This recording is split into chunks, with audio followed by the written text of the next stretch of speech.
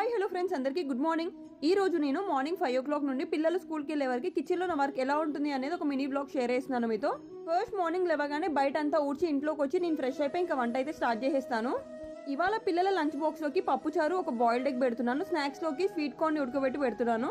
ఒక స్టవ్ పైన పప్పుచారు కోసం పప్పు పెట్టేశాను. ఇంకొక స్టవ్ పైన స్వీట్ కార్న్ అయితే బాయిల్ చేస్తున్నాను. ఈ రెండు మంచిగా ఉడికేలోపు పప్పుచారులోకి కావాల్సిన కూరగాయలన్నీ మంచిగా క్లీన్ చేసి కట్ చేసి పెట్టుకున్నాను.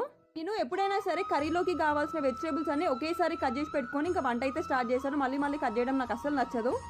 ఇంట్లో ఒక 2-3 వంకాయలు ఉండే, అట్లానే ఉంటే ఖరాబ్ అయిపోతాయని చెప్పి వాళ్ళు కట్ చేసి పప్పుచారులు వేసిన. నేను ఎప్పుడైనా సరే పప్పుచారు వేసేటప్పుడు పప్పులోనే చింతపండు పులుసు యాడ్ చేసి మసాలా పెట్టేస్తాను. లేకపోతే అదొకసారి ఇదొకసారి అంటే మార్నింగ్ టైంలో చాలా టైం వేస్ట్ అయిపోతుంది. సో చూసారు కదా, మీకు నా మార్నింగ్ రొటీన్ చెప్తూనే టేస్టీ పప్పుచారు అయితే చేసేసాను. పిల్లలకి స్వీట్ కార్న్ ప్లెయిన్ గా పెట్టడం కన్నా ఇలా పోప్ చేసి పెడితే చాలా ఇష్టంగా తింటారు. ఇది ఇవాల్టి నా మినీ బ్లాగ్. మీకు నచ్చిందా? నచ్చితే please do like, share and subscribe. Bye.